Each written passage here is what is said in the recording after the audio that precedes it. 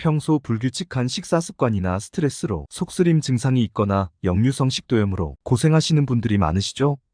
역류성 식도염으로 병원을 찾는 환자는 최근 계속 증가하고 있다고 합니다. 바쁜 현대사회에서의 생활 습관으로 인하여 위 건강으로 고민이신 분들이 많이 늘어나고 있는데요.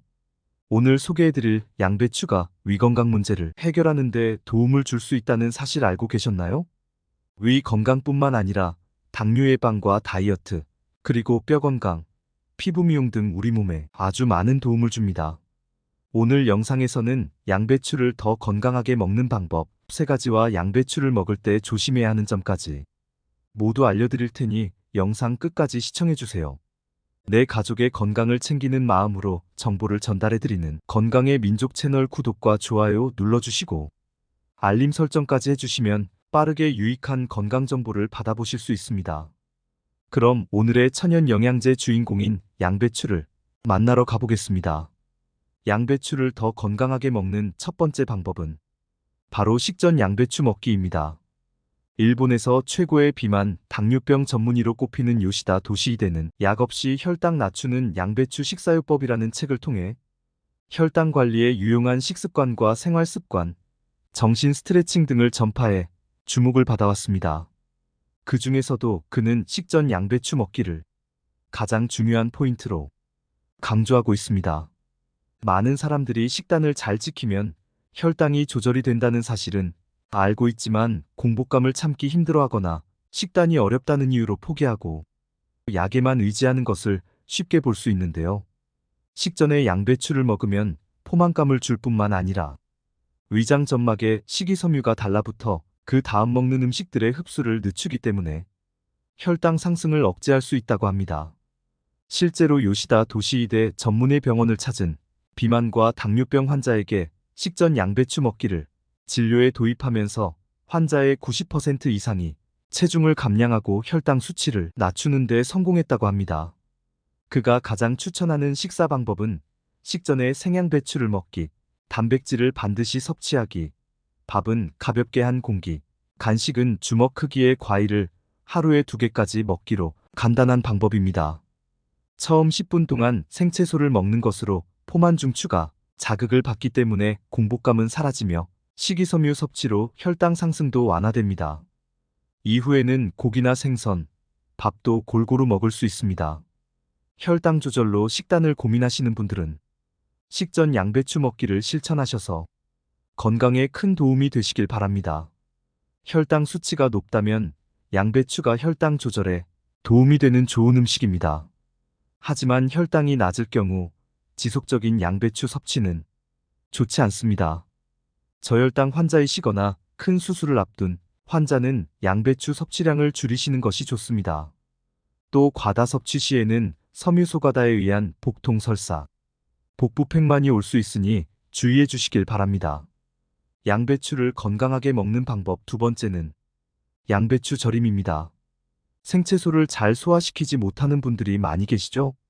양배추도 식이섬유가 풍부해서 좋은 효능이 많지만 소화 기능이 약한 분이 생으로 먹으면 대장에서 가스를 많이 발생하게 됩니다.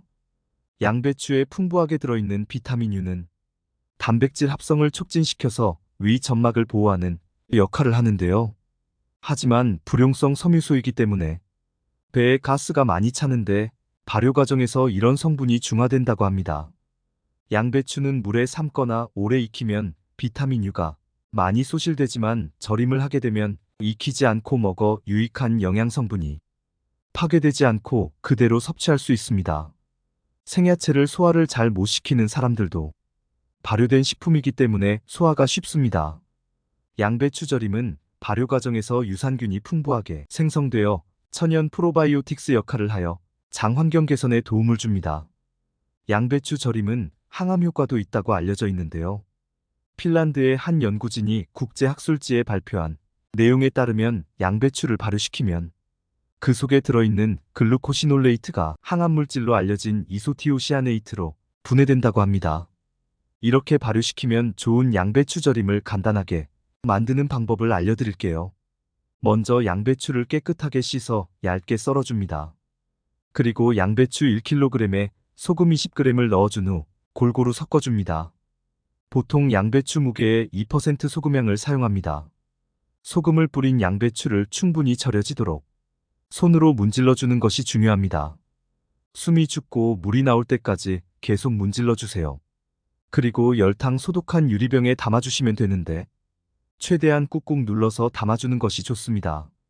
실온에 3일 정도 놓아두면 발효가 되어 맛있는 양배추 절임을 먹을 수 있습니다. 맛이 심심하다고 느껴지시는 분들은 기호에 따라 청양고추나 월계수잎, 통후추 등을 넣어 만들면 맛있게 먹기 좋습니다. 양배추를 더 건강하게 먹는 세 번째 방법은 양배추 사과 주스입니다.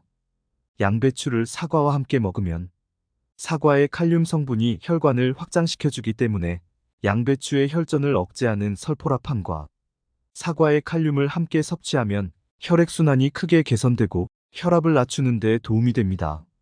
두 식재료 모두 식이섬유가 풍부해 포만감을 높이고 과식을 막아주며 배변 활동을 원활하게 하는데 도움을 준다고 합니다. 그럼 간편하게 양배추 사과 주스를 만드는 방법을 알려드릴게요. 먼저 사과 반쪽, 양배추 100g, 물 150ml를 준비해주세요. 먼저 양배추를 적당한 크기로 썰어서 물과 함께 믹서기에 넣어 갈아주세요. 그 다음 썰어놓은 사과를 믹서기에 넣고 갈아주시면 끝입니다. 두유를 함께 넣고 갈아주시면 단백질도 섭취하게 되어 훌륭한 아침 건강식으로도 좋습니다. 정말 간단하죠? 간편하고 식사 대용으로 즐길 수 있지만 양배추와 사과를 조심해야 하는 분들이 있습니다. 바로 장 트러블이 있거나 과민성 대장증후군이 있으신 분들입니다. 미국 소화기내과 협회의 저널 위장벽학에 실린 논문에 따르면 포드맵 식품이 과민성 대장증후군을 악화한다고 하였습니다. 포드맵이란 장에 잘 흡수되지 않는 당성분을 일컫는 용어인데요. 포드맵처럼 입자가 작은 당류들은 소장에서 완전히 흡수가 안 되고 대장에서 분해되는데 이때 가스가 많이 생기게 됩니다. 사과와 양배추는 포드맵 함량이 높은 식품이므로 과민성 대장증후군이 있는 분들은 포드맵 함량이 낮은 바나나, 토마토 등을 먹는 게 좋습니다. 앞서 양배추는 고온에 익혀 먹지 말고 생양배추를 먹는 게 좋다고 설명드렸는데요. 그 이유는 비타민유라고 불리는 아미노산의 일종인 SMM 성분은 양배추에 많이 들어가 있지만 열에 의해 분해되기 때문입니다. SMM은 위액 분비를 억제하고 위궤양 조직의 세포 재생을 촉진해 손상된 위벽을 치유하는 효과가 있습니다. 한국식품과학회지 발표된 논문에 따르면 양배추를 찜기에 넣어 찌는 경우 가열 시간이 증가함에 따라 SMM 함량이 감소했다고 밝혔는데요. 건조한 양배추에는 SMM이 100g당 192.85mg이 들어있는데 찌는 시간이 1분에서 5분으로 늘어남에 따라 SMM 함량은 45.7% 감소했으며 10분간 찐 후에는 SMM 함량이 약 68.8% 감소했다고 합니다. 또 양배추는 고온에 삶으면 중요한 성분들이 파괴되거나 손실되기 때문에 가급적 생으로 먹는 것이 좋고 먹기 불편하거나 소화에 문제가 있다면 채반에 올려 증기로 1분 정도 살짝만 쪄주시는 것이 좋습니다. 오늘은 양배추의 효능과 더 건강하게 즐기는 방법과 먹을 때 주의해야 할 점, 그리고 부작용에 대해 알아봤는데요. 오늘 영상이 도움이 되셨다면 주위의 위건강, 당뇨 식단으로 고민이신 분들에게 공유해주세요. 건강이민족에서는 다음에도 건강에 더 도움이 되는 영상으로 보답하겠습니다. 끝까지 시청해주셔서 감사합니다.